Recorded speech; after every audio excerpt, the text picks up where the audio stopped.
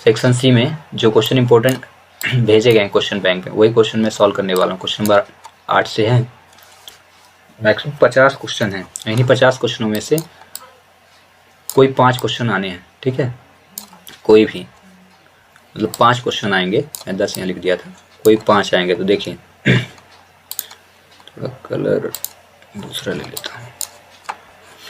पहला question, I have seen places, देखिए I have seen places of historical important in this city. A and the और no article में से कौन सा यहाँ पे आना है, ठीक है। तो देखिए जो भी कभी खाली स्थान भरना हो ना, तो ये जो फिल इन द ब्लैंक्स दिया ना, इसके बाद वाला स्थान जरूर देखें आप, लिखा गया है, ठीक है। इसी को देख करके ही यहाँ पे जो भी ऑप्शन दिए होते हैं उनको फिल किया जाता है। आई हैव सीन, मैंने देखा, places of historical important in this city, इस शहर में जो महत्वपूर्ण ऐतिहासिक चीज़ें थी, स्थान थे, उनको आपने देखा है। तो इनमें से क्या आएगा, ए आएगा, एन आएगा, द आएगा, नो आर्टिकल आएगा, ठीक है। तो देखिए यहाँ ए को ना फिल करें, ठीक है, क्योंकि देखिए आप यहाँ पहले से स्थित चीज़ों के बारे में डिस्कस किया जा रहा है। क्वेश्चन में क्या होता है, आर्टिकल यहाँ द आएगा, रीजन बता देता हूँ क्यों। जब कोई वस्तु पहले से स्थित हो और उसके बारे में डिस्कस किया जाए ना, तो आर्टिकल द का यूज किया जाता है। ऊपर से यहाँ लिखा है ना, हिस्टोरिकल इम्पोर्टेंट लिखा है, महत्वपूर्ण जो स्थान है वहाँ पे, ठीक है। तो जब इम्पोर्टेंट आए तो उसके पहले क्या है, आर्टिकल द लगेगा। एन तो आना नहीं है क्योंकि पी लगा है। रही बात ए आ सकता था, बट ए का यूज ना करें क्योंकि यहाँ ऐतिहासिक इमारतों के बारे में बोला जा रहा है, इसलिए आर्टिकल द यूज होगा, ठीक है। तो पहला जो करेक्ट ऑप्शन रहेगा वो द होगा। दूसरे पे देखिए, द बॉय। अब द बॉय को देख लें, सिंगुलर है, सिंगुलर मतलब एक वचन है, एक लड़का है, ठीक है। तो जब एक वचन रहता है तो इसके साथ ऐसे वर्ब का यूज किया जाता है जिसमें यस या यस लगा हो, याद रखें, यस या यस लगा हो ना, वही वर्ब आते हैं। जो सिंगुलर वर्ब दिया हो, इसमें देख लें पूरे में, the boy, the bird, catch, catches, या ये लिखा है कैचेस, CATCHES और CATCHES, 2 बार वही ऑप्शन दे दिया है। तो देखिए पहला वाला तो आने से रहा, ये आना नहीं है। दोनों में सेम ऑप्शन दिया तो कोई भी एक फिल कर दीजिए, ठीक है। तो the boy catches the bird, यानी लड़का जो है पक्षी को पकड़ता है, ठीक है। तो ध्यान रखें जब सिंगुलर वर्ब दिया हो तो यस या यस, जिस वर्ब में यस या यस लगा उसको फिल करें। यहाँ पे देखें, नॉलेज इज डेंजरस थिंग, खाली स्थान दिया है। यहाँ पे नॉलेज क्या है, अनकाउंटेबल नाउन है। और ध्यान रखें लिटिल, अ लिटिल, इनका यूज जो होता है अनकाउंटेबल नाउन के पहले होता है। अनकाउंटेबल मतलब क्या होता है, ऐसे नाउन जिनको आप नहीं गिन सकते हैं। तो रही बात फ्यू की, तो फ्यू तो आना नहीं है क्योंकि अनकाउंटेबल नाउन के साथ हम किसका यूज करने वाले हैं, नॉलेज का। फ्यू का यूज जो होता है वो प्लूरल काउंटेबल नाउन के पहले होता है। प्लूरल काउंटेबल लिखे दे रहा हूँ मैं, PC यानी प्लूरल काउंटेबल। वो होते कैसे हैं, जैसे बॉयज़ हो जाए BOYS, ठीक है, ये एक यस लगा है यानी प्लूरल हो गया, ऊपर से काउंटेबल है। चिल्ड्रन हो जाए, ठीक है, गर्ल्स हो जाए, ये प्लूरल काउंटेबल होते हैं। जिसको आप गिन सकते हैं उसमें फ्यू का यूज करते हैं, या फ्यू द फ्यू का। और वहीं जिसको आप नहीं गिन पाते वहाँ अ लिटिल, द लिटिल, ये लिटिल का यूज करते हैं। अब रही बात यहाँ, knowledge is a dangerous thing, यानी ज्ञान अधूरा ज्ञान हानिकारक होता है। तो यहाँ पे अ लिटिल आएगा कि द लिटिल आएगा। तो ध्यान रखें लिटिल का अर्थ क्या होता है, ना के बराबर, ना के बराबर, यानी है तो लेकिन उतना नहीं जितना आपको चाहिए, निगेटिव सेंस में होता है। एग्जाम्पल जैसे लें, मान लीजिए एक गिलास लिए हैं आप, उसमें पानी भरा था, वो गिलास अचानक गिर गया। जब गिर गया तो पानी पूरा का पूरा गिर गया, नीचे चला गया, पानी एक भी नहीं रहा। लेकिन आप देखेंगे उसकी तली में थोड़ा बहुत पानी रह जाता है, थोड़ा सा भी पानी, अगर थोड़ा सा आप उंगली रख के अगर चेक करेंगे तो थोड़ा सा तो रहेगा ही लिक्विड, तो उसको कहेंगे लिटिल वाटर, ठीक है, ना के बराबर। वहीं अ लिटिल का अर्थ होता है कुछ, यानी थोड़ा, यानी जैसे ग्लास में पानी था, अचानक ग्लास गिर जाए तो कुछ पानी बचे और कुछ उसमें रह जाए, उतना जितना आपको चाहिए, यानी पी ले थोड़ा पानी रहे, तो फिर अ लिटिल कहा जाता है। तो यहाँ पे जो यूज करेंगे, a little knowledge is a dangerous thing, अधूरा ज्ञान हानिकारक होता है, यानी आधा ज्ञान है आपके पास, पूरा नहीं है, आधा है। अगर लिटिल का यूज कर देते मतलब ना के बराबर, मतलब है ये, नहीं तो क्या मतलब का, ज्ञान हो अधूरा हो तब हानिकारक है, ठीक ना। बहुत बड़े ज्ञाता बने थे इंग्लिश के। ससुर पूछ लिया गया, पूछ लिया गया कि खाली स्थान में क्या भरना है ले लो, तुम्हारे कूद के बता दिया कि फ्यू आएगा। जानते नहीं थे फ्यू का यूज कहाँ करते थे, प्लूरल काउंटेबल में करना था। बहुत बड़े ज्ञानी से मिलेंगे। तो अब क्वेश्चन नंबर 4 करते हैं। आई थिंक इट, मैं सोचता हूँ कि यह या आज, रैन टुडे। अब यहाँ देखिए, मे मस्ट कैन नॉट यूज हो रहा है, ठीक है। कैन की यूज योग्यता बताने के लिए करते हैं, ठीक ना, किसी पर्सन के लिए। तो यहाँ पे कंफर्म हो गया कि आई थिंक इट वर्षा की बात हो रही है। वर्षा के साथ वर्षा जो है निर्जीव है, तो इसके लिए कैन का यूज तो होगा ही नहीं, क्योंकि योग्यता वो बताएगा जिसमें जीवन होगा, मानव के लिए होता है, ठीक है। रही बात मस्ट की, तो मस्ट का अर्थ होता है चाहिए ही, बहुत ज़रूरी है, ठीक है। तो इट, आई थिंक मैं सोचता हूँ कि इट रैन टुडे, आज वर्षा होना ही चाहिए, ऐसा हो ही नहीं सकता। आपके कहने से थोड़ी ना बादल फटेगा, संभावना हो सकती है। I think it may rain today, संभावना है कि वर्षा होगी। मे का अर्थ क्या है, संभावना, यानी क्या होता है, शकना, यानी ऐसा हो सकता है। मे का यूज कहाँ करते हैं, टू रिप्रेजेंट पॉसिबिलिटी, संभावना व्यक्त करने के लिए किसका यूज करते हैं, मे का। तो इसमें करेक्ट आंसर क्या होगा, मे। पहले वाले में देख लें द, दूसरे में क्या यूज होगा, कैचेस, तीसरे में अ लिटिल, चौथे की बात जो है वो क्या हो जाएगा, मे। मस्ट मतलब चाहिए ही, तो यहाँ ऐसा नहीं होगा, आपके चाहने से बारिश नहीं होने वाली है कि आप चाह दिए तो बिल्कुल बादल गिर गया, ठीक है। कैन नॉट यानी योग्यता बताने के लिए, तो यहाँ यूज नहीं होगा। आई थिंक मैंने सोचा, इट मैं सोचता हूँ, इट मे रैन टुडे, हो सकता है आज बारिश हो जाए, ठीक है। तो मे हो गया।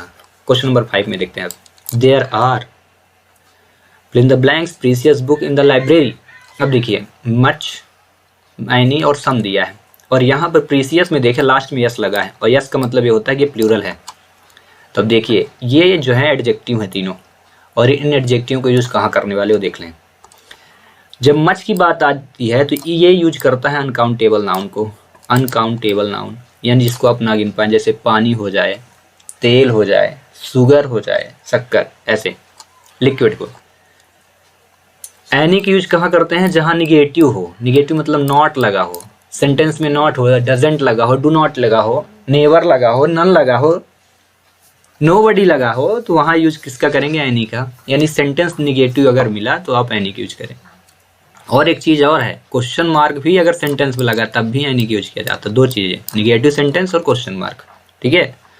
अब रही बात सम की, तो देख लीजिए यहाँ प्रीसियस लिखा है, क्वेश्चन पूरा अफर्मेटिव है, मच आएगा नहीं क्योंकि यस लगा है, प्लूरल है, काउंटेबल है। तो यहाँ तो कंफर्म हो गया कि मच नहीं आएगा, क्योंकि अनकाउंटेबल नाउन के साथ मच का यूज करते हैं। रही बात एनी की, तो एनी आना नहीं, क्योंकि सेंटेंस में कहीं नॉट नहीं दिख रहा। तब आँखी मूंद के सम लगाइए फिर, है ना। तो आपको क्या करना है, चुपचाप बिना किसी परेशानी के, बिना किसी परेशानी के आपको काहे की यूज कर लेना है, सम का। और सम के यूज कहाँ, काउंटेबल और अनकाउंटेबल दोनों के साथ किया जाता है, अफर्मेटिव सेंटेंस यानी सकारात्मक वाक्य में। तो there are some precious book in the library, library में कुछ महत्वपूर्ण किताबें हैं, ठीक है। माई ब्रदर इज, इंजीनियर हैं हमारे भैया जी, इसमें ऐसा लिखा कहा गया है। अब कैसे, इंजीनियर में देखें, इंजीनियर को जब प्रोनाउंसिएशन करते तो ई आता है, ई, और ई क्या है, स्वर है। और जब स्वर आता है तो एन का यूज किया जाता है, स्वाहा। तो इसमें आप एन का यूज कर ले, है ना। आ का यूज कहाँ करेंगे, जहाँ उच्चारण व्यंजन का है, जैसे क मने कबूतर, ख मने खरगोश, ग मने ज्ञानी, ऐसे अगर आता है तब यूज करें। तो my brother is an engineer, हमारे जो भैया जी हैं वो एक अभियंता है ना। इंजीनियर का अर्थ जो होता है अभियंता। चलिए क्वेश्चन नंबर 7 में चलते हैं। डिड यू बाय, क्या आपने खरीदा, क्वेश्चन मार्क, देख लो भाई लास्ट में क्वेश्चन मार्क लगा। अभी मैंने पहले ही बताया था क्वेश्चन मार्क आएगा, आंखी मुझ लगा देना, यानी का यूज खत्म। क्वेश्चन मार्क मिले यानी सम ऑप्शन में दिया हो तो आंख मूंद के, मतलब आंख खोले रहना, ठोंक देना है कि बिल्कुल एनी ही आएगा। Did you by any sugar from the shop, क्या आपने कुछ दुकान से शक्कर खरीदी, नहीं खरीदी, वो कोई बात नहीं, तो एनी का यूज कर दें, ठीक है। Question number 8, I don't like, फिर से निगेटिव है, देख लें निगेटिव सेंटेंस दिया है, अरे गड़बड़ है, यहाँ एनी सम दिया नहीं, कोई बात नहीं। चलिए, तो जब सेंटेंस निगेटिव रहे और ईदर और नीदर दे, तो नीदर का अर्थ होता है निगेटिव। क्या होता है? निगेटिव। नीदर का मतलब ना तो, ईदर का मतलब या तो जब सेंटेंस निगेटिव हो तो कभी भी नीदर की यूज ना करें। जब सेंटेंस ही पहले से ही वाक्य नकारात्मक है और फिर से एक बार अगर निगेटिव लगाएं तो गलत हो जाएगा। तो क्या आएगा? I don't like either of this mobile. तो क्या होगा इसमें? ईदर। नीदर क्यों नहीं आएगा? रीजन समझ में आया? क्योंकि सेंटेंस निगेटिव है, ऊपर से इसका मीन्स भी निगेटिव, और दो साथ नहीं आएंगे, है ना। क्वेश्चन नंबर 9 क्या कहता है? You fill in the blanks stop smoking. अब यहाँ वुड और शुड है, तो इसका अर्थ देखें, आपको धूम्रपान बंद कर देना चाहिए। ठीक है, आपको धूम्रपान बंद कर देना चाहिए। तो अर्थ क्या आ रहा? चाहिए। शुड का अर्थ जो होता है वो चाहिए होता है। वुड का अर्थ क्या होता है? गागी गे। अगर आप यूज किए यू वुड स्टॉप स्मोकिंग, तो आप का मीन्स बन जाएगा उल्टा। यू वुड स्टॉप स्मोकिंग, आपको धूम्रपान बंद करेगा। ऐसा तो होगा नहीं, तो आपको यहाँ पे मीन्स क्या लेना? Should. You should stop smoking, आपको धूम्रपान बंद कर देना चाहिए। यू शुड स्लीप, आपको आराम करना चाहिए। ऐसे चाहिए से बना ले। यू शुड टेक रेस्ट, है ना। You should study every day, आपको प्रत्येक दिन अध्ययन करना चाहिए। You should early, you should walk up early in the morning, आपको सुबह जल्दी जगना चाहिए। ठीक है ना। तो ऐसे करिए, you should walk in the morning, आपको सुबह सैर करना चाहिए। तो चाहिए वाले वर्ड ऐसे होते हैं। ठीक है। क्वेश्चन नंबर 10 समझ में नहीं आएगा तो क्वेश्चन पूछ लेना है, आखिर क्यों आएगा कमेंट्स कर देना है, मैं समझाऊंगा भाई अगेन फिर से। आ रहा है समझ में? आ रहा है ना। अच्छा, question number 10, we are going, हम जा रहे हैं। जब कभी भी ध्यान रखें, ये हेल्पिंग वर्ब है, आर लगा, इसके बाद वर्ब की फोर्थ फॉर्म लगी है, मतलब ये हेल्पिंग वर्ब हो गई। ठीक है, और ये वर्ब की फोर्थ फॉर्म लगी है। वर्ब की first form plus ING fourth form कहलाती है। जब एक बार वर्ब आ जाए और दोबारा हमें वर्ब का यूज करने को दिया है, देखो प्लेइंग, टू प्ले और प्लेड दिया, 2 बार वर्ब दे दिया, आर के साथ आईएनजी फॉर्म लगता है, तो आईएनजी फॉर्म दोबारा ना आए लिखना है। याद रखिए, जब सेंटेंस में एक बार आ गया, पहले हम क्वेश्चन में जो ऑप्शन होंगे वो पहचानेंगे कि किनको नहीं लिखना है। तो रीजन क्या आया कि एक बार आईएनजी फॉर्म आ चुका है तो आईएनजी नहीं आएगा। अब रही बात प्लेड या टू प्ले आने की, तो ध्यान रखें, जब कभी भी एक बार पूरा वर्ब और हेल्पिंग वर्ब साथ में आ जाते हैं तो दूसरा वर्ब जब भी आता है तो प्रीपोजिशन के साथ आता है, टू प्ले के साथ आएगा। क्या आएगा? टू प्ले पूरा भरा जाएगा। ठीक है, ये इनफिनाइट टू कहलाता है। प्लेड कभी नहीं आएगा क्योंकि प्लेड वर्ब की सेकंड फॉर्म होती है और ये सब्जेक्ट के तुरंत बाद आता है। कब आता है? सब्जेक्ट के साथ आता है, और सब्जेक्ट क्या था? बी, अभी के साथ पहले ही वर्ब आ चुका है, तो प्लेड नहीं आएगा। क्योंकि सब्जेक्ट के बाद अगर खाली स्थान होता then you want to use played, लेकिन ऐसा नहीं है क्योंकि पहले से वर्ब भरे जा चुके हैं। अब फिर से बोल रहे हैं एक बार और वर्ब भरो, जब दोबारा वर्ब भरने को बोले तो किसके यूज करोगे? टू के साथ वर्ब की फर्स्ट फॉर्म लगाना, टू प्ले। तो क्या होगा? We are going to play match today, मैं आज क्रिकेट खेलने जा रहा हूं। तो ये तो है 10 क्वेश्चन, 10 और करेंगे अभी, और नेक्स्ट को जो भी बचेंगे फिर नेक्स्ट वीडियो में करेंगे। तो question number 11, my friend lives, मेरा जो दोस्त तो रहता है कहाँ? न्यू दिल्ली में। तो ध्यान रखें, इन एट इनटू दिया है, इन एट इनटू, तो इन का यूज कहाँ होता है? बिग स्टेप पे, बड़े स्थानों पे, और एट का यूज कहाँ? छोटे स्थानों पे। इनटू का यूज तब किया जाता है जब कुत्ता दौड़ के कूद के डायरेक्ट कहाँ गिर जाए? कुइयां में। कुइयां कहते हैं ना, कुआं। जब कोई वस्तु मोशन के साथ, गति के साथ किसी दूसरे वस्तु के ऊपर छलांग लगाए तब इनटू का यूज करें। एट के यूज छोटे स्थान के लिए, इन के यूज बड़े स्थान के लिए। तो यहाँ न्यू दिल्ली बहुत बड़ा है, then you want to use my friend lives in New Delhi. At अगर यूज करते तो यहाँ गलत हो जाता, इनटू तो आएगा नहीं, इनटू तब आता the frog fail into the well, यानी मेढक कुएं में कूदा, तो गति के साथ कूदेगा, है ना। यू अब आगे चलते हैं, question number 12, work hard least you. अब याद रखना, ये याद रख लेना, कभी भी सेंटेंस में लीस्ट आ जाए, कभी भी सेंटेंस में लीस्ट आए, ये नोट कर लेना। ठीक है ना, इंपॉर्टेंट फैक्ट है। लीस्ट अगर आया तो कुछ भी ऑप्शन दिया हो, ऑप्शन में अगर शुड मिले तो लगा दो,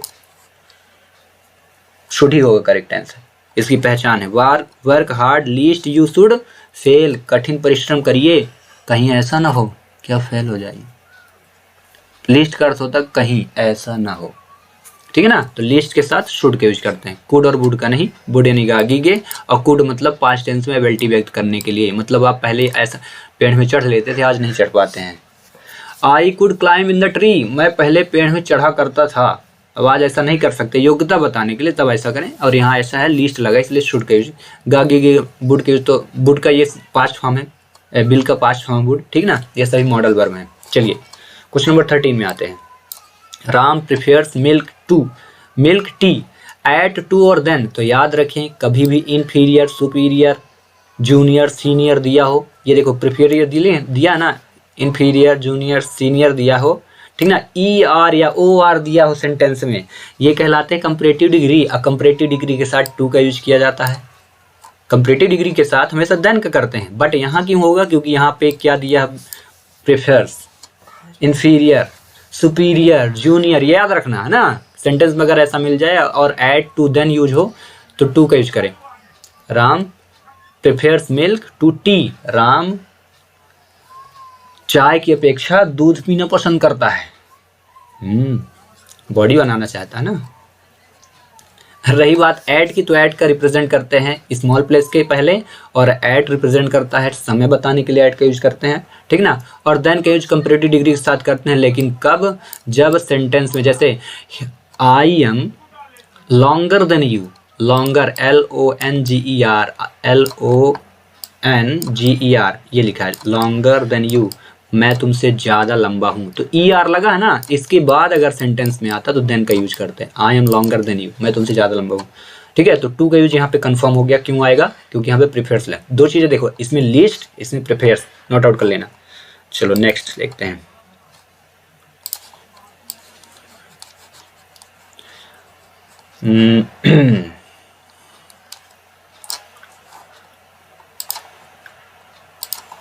अगला, मिस्टर डेविड, जो डेविड जी हैं वो कहाँ के हैं, यूरोप के हैं, यूरोपियन हैं। तो ध्यान रखें इसका जब प्रोनाउंसिएशन आप निकाल रहे थे तो आ रहा था, यू आ रहा था ना, यूरोपियन में या आ रहा, या क्या है, व्यंजन, हिंदी में काखा गाघा पढ़े होंगे। जब प्रोनाउंसिएशन उच्चारण सही करेंगे तो आंसर सही फील होगा, तो क्या आएगा, ए, क्योंकि ए का यूज तब करते हैं जब उच्चारण क्या हो, व्यंजन आए, कॉन्सोनेंट से शुरू हो, ठीक है। और एन का यूज तब करें जब उच्चारण कहाँ से हो, स्वर से हो, यानी वोवेल से, AEIO, ठीक है। यानी हिंदी वाले स्वर को कहेंगे छोटा बड़ा, छोटी बड़ी, छोटाऊ बड़ाऊ, ऐसे करके पढ़ना पड़ेगा। सोचे न रहना कि 12वीं में हो तो काका काका नहीं पढ़ना, सब पढ़ना है तभी बनेगा, नहीं तो सोचना ही छोड़ देना कि आपसे आर्टिकल बनने वाला है। आर्टिकल उन्हीं से नहीं बनता जो सोच लेते हैं काका काका को पढ़ा था, काका काका हम पढ़ा 12वीं कह के पूछ ले तो काका काका बनेगा। अगर आप लोगों से बनेगा तो आप काका का लिख के भेज देना कमेंट्स में, देखेंगे कितने लोगों से काका का बनता है। Question number 15, I have fill the blanks friends. अभी देखो यस लगा है, मच और मैनी, अभी इससे पहले बताया था ना कि मैनी की यूज कहाँ, प्लूरल काउंटेबल, और मच की यूज कहाँ, अनकाउंटेबल। तो दोस्तों को तो आप गिन सकते हो, आई हैव मैनी फ्रेंड्स, तो यहाँ पे फिल करें आप मैनी, ठीक है ना, प्लूरल है, लास्ट में यस लगा है, ठीक है। Next 16, a an the, Ramayana लिखा, पवित्र पुस्तक है, अब पवित्र पुस्तक के पहले द का यूज करें, ए एन का यूज बिल्कुल ना करें। Question number 17, my grand mother, जो हमारी दादी जी हैं, इज हार्ड हियरिंग, यानी वो थोड़ा ऊंचा सुनती हैं। तो ध्यान रखें यहाँ पे करेक्ट आंसर ऑफ होगा। ऑफ क्यों होगा, जोड़ने के अर्थ में ऑफ का यूज करते हैं जब किसी चीज को जोड़ा जाता है, ठीक है, तो ऑफ का।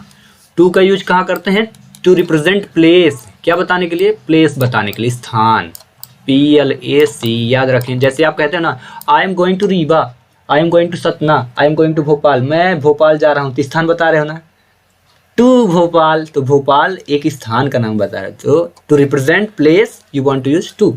रही बात ऑन की, तो ऑन का यूज कहाँ करते हैं, जब एक वस्तु दूसरी वस्तु के ऊपर रखी हो, ऊपर से टच करते हुए रखी हो, कैसे, स्पर्श करते हुए, टच करते हुए, TOUCH, जब कोई वस्तु टच करते हुए रखी then you want to use on. जैसे the book is on the table, किताब कहाँ है, टेबल के ऊपर। तो जो बुक है टेबल को छू रही है तब, तो कंफर्म हो गया कि ऑफ क्यों होगा, है ना।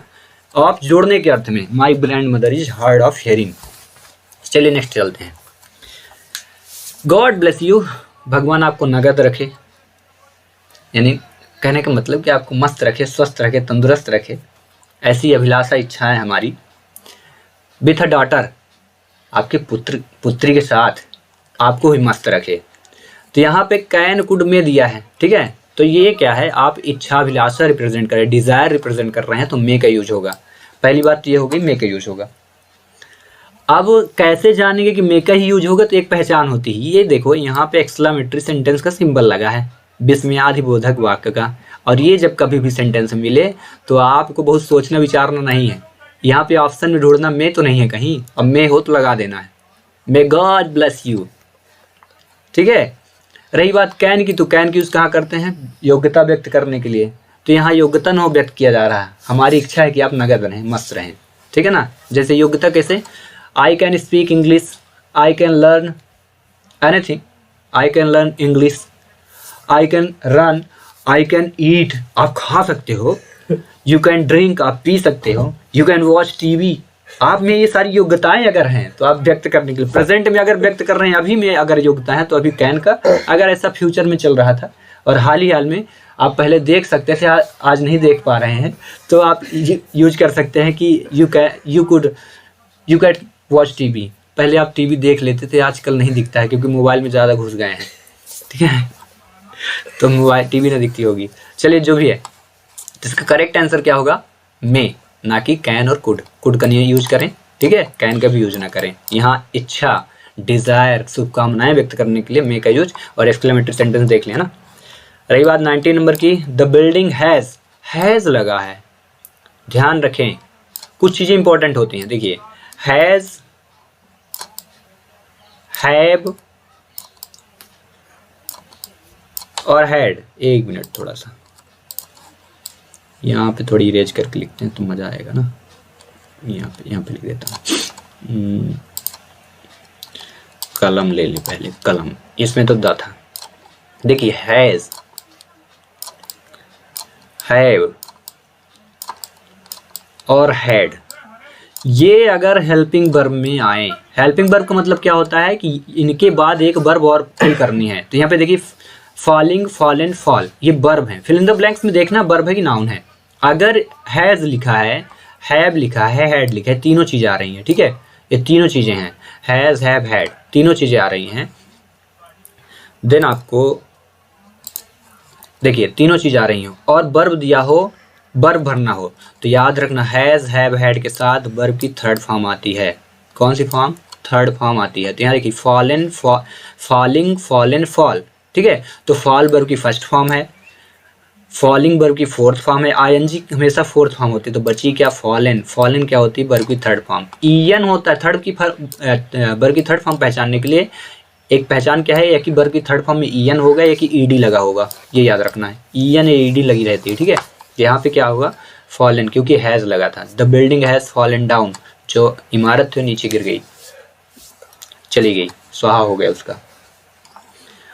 क्वेश्चन नंबर 20, ही डिस्ट्रीब्यूटेड स्वीट्स चिल्ड्रन, उसने बच्चों के बीच, चिल्ड्रन मतलब बहुत सारे बच्चे हैं, बच्चों के बीच मिठाइयों को बांटा, ठीक है। अब रही बात एमंग और बिटवीन, तो याद रखें अगर सेंटेंस में एंड लगा हो, क्या लगा हो, ऑप्शन में आपको बिटवीन और एमंग दे और सेंटेंस में एंड लगा हो और दो लोगों के बीच बात हो, कितने लोगों के बीच, दो लोगों के बीच, तब किसका यूज करना, बिटवीन का। अगर एंड कहीं ना मिले तो फिर किसका यूज करना, एमंग का। तो इसमें सही आंसर क्या होगा, अमंग होगा, ठीक है, ना कि बिटवीन। बिटवीन तब होता जब यहाँ लिखते ही distributed sweets between Raju and Priya, Raju और प्रिया के बीच में क्या बांटा जा रहा है, मिठाई बांटी जा रही है, तब आप किसका यूज करते हैं, बिटवीन का। तो याद रखना अगर सेंटेंस में एंड लगा हो, दो लोगों के बीच में बात हो, तो फिर किसका यूज करें यहाँ, किसका, बिटवीन का। Otherwise you can use among, ठीक है। तो नेक्स्ट क्वेश्चन हम आपके कमेंट्स करने के बाद करेंगे। अगर आपको मज़ा आया हो और समझ में आया हो तो आप बताइएगा। तो नेक्स्ट के जो 20 क्वेश्चन और डू एस डायरेक्ट बचेंगे उनको हम करेंगे। Then thanks for watching.